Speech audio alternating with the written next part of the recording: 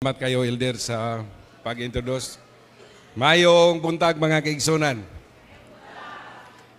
Lipay ko with Pastor Lagata nga naabot bidini. Supposed to be dito yun ako sa kong uyuan. Kaya naaman siya sa Mandawi.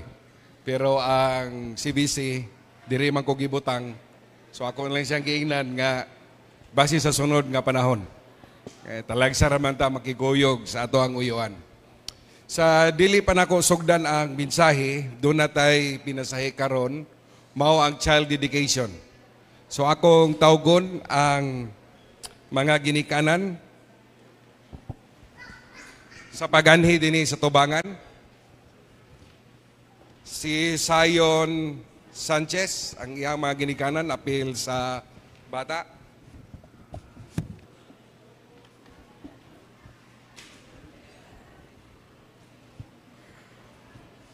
Sunod si Bibi Ilagan, kanilang Bibi Ilagan lagi, urag lisod naman kayo ni basahon ning ilahang mga ngalan ligson basig masipiat ko ani. Kung naa ang ginikanan o lola, way problema, pwede siya maka-join din eh. Sakas taas.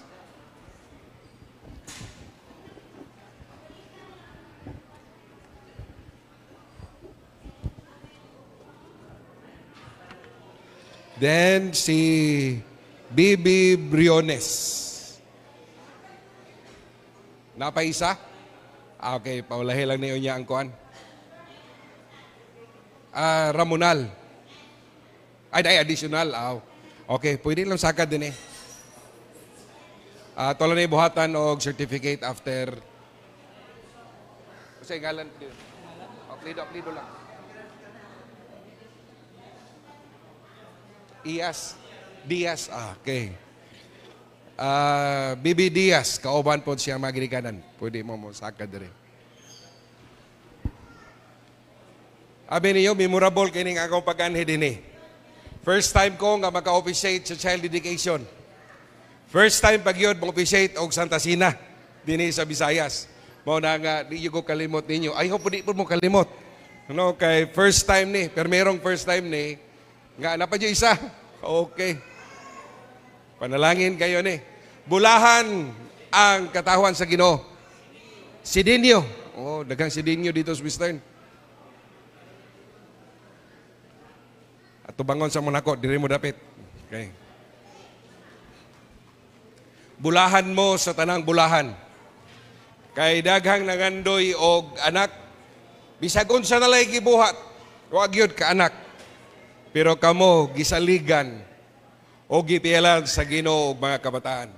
Apan ako'y ibilin kaninyo mga ginikanan, mga apuhan. Dinhi sa Deuteronomy chapter 6 verse 6 to 9. Kung malimtan man ninyo ang nag-officiate sa child dedication, ayaw nyo kalimtin eh. Kay mao ni ang tambag sa Ginoo sa mga ginikanan sa panahon sa mga isalanon. Ingon siya dinhi, and these words that I command you today shall be on your heart. So kini nga mga pulunga naa sa iyong kasing-kasing.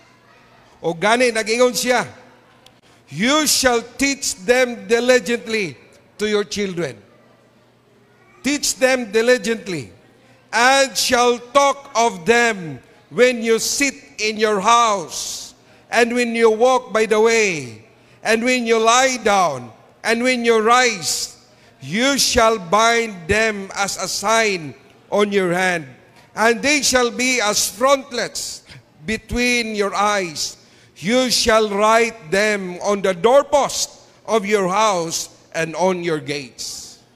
So kini nga mga pulong masulat diha sa pultahan, itudlo sa mga kabataan, isulti sa mga kabataan, maglakaw man, magbungko man, o sa may buhaton sa iyong anak, tudlo og sultihin ninyo kini nga mga pulunga. Unsa man nga pulong nga angay nga masabtan sa inyong mga anak. Ingon sa dinhi sa verse 4, ingon siya, Hear, O Israel, the Lord our God, the Lord is one. You shall love the Lord your God with all your heart, and with all your soul, and with all your might.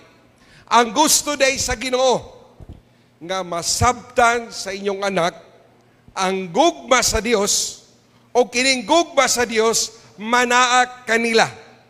Dili lang sa ilaha, sulod sa inyong balay, apil ang mga ginikanan.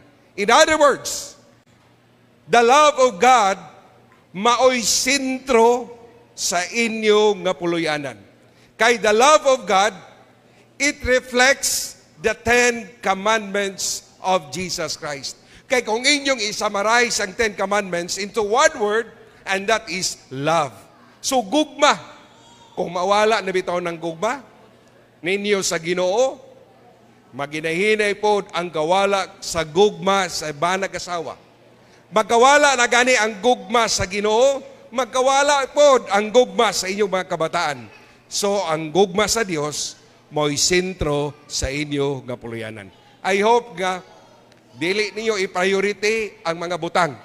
Kung dunay Bible or Bible stories, maoy itudlo sa inyong anak kay nadiha ang gugma sa Dios. So akong gihangyo ang mga tigulang sa iglesia dinhi sa Lipata Church.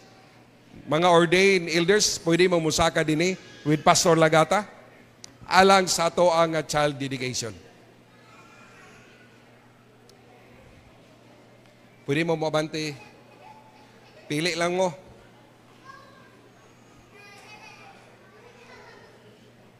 Tagsain ninyo, tagsain. Pwede ka, Pastor Lagata, tubangan.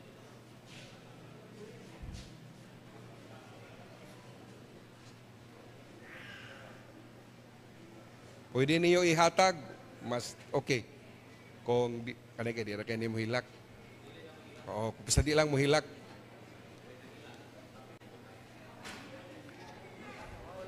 O, sa makaon lang mo kogos. Sige, magampo ta mga kaigsunan.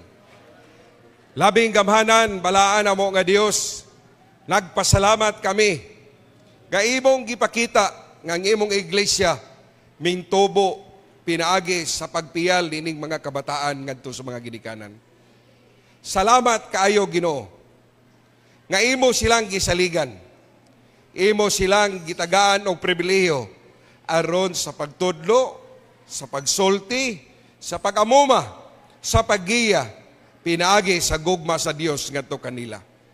Ginoon Dios, ako nagaampo nga samtang amo kining itugyan nga na kanimo, kami nagahangyo nga ang gahom sa balang espiritu manaa kanila, nga magatubo sila nga mahadlukanon nga na kanimo, sulundon sa mga ginikanan, mo serbisyo sa iglesia, magpagamit sa buluhaton o sa takda sa panahon nga sila makaabot sa insakto nga pangidaron, andam sila modawat kanimo pinaagi sa santos nga bautismo. Ginoo Dios, ako nagampo, panalangini ang ilang mga ginikanan, ang ilang mga apuhan, nga kanunay nagaamuma og nagatudlo kanila. Giyahi sila Ginoon Dios. Tagaan mo sila og gahom sa balaan nga espiritu, aron ang ilang kinaiya, ang ilang pagkinabuhi, mo refleka ang gugman ni Kristo Jesus. O ako nagaampo Ginoon Dios, nga uban sa imong pagpanalangin, kining mga kabataan, kining mga ginikanan, mahimo nga panalangin ngadto sa uban. Tungod dinhi Ginoo, kami nga ordinado nga ministro og tigulang sa iglesia, among ipataas ang among nga kamot, simbolo sa kamot ni Kristo nga mao'y magapanalangin kanila. Nga kini nga mga kabataan magaman sa balaan nga espiritu og mahimo nga galamiton sa imong nga buhat, og ang balaan nga espiritu magagiya kanila sa pagkinabuhi nga Kristohanon hangtod ikaw mo padayag. Salamat kayo Ginoong Dios sa imong nga saad, nga ikaw magauban sa tanang panahon, lauman namo nga pinaagi nining among nga gibuhat karon, ikaw mahimaya ug ikaw among daygon hangtod sa walay katapusan. Salamat sa pagtubag sa ngalan ug gahom ni Ginoong Hesus. Amen.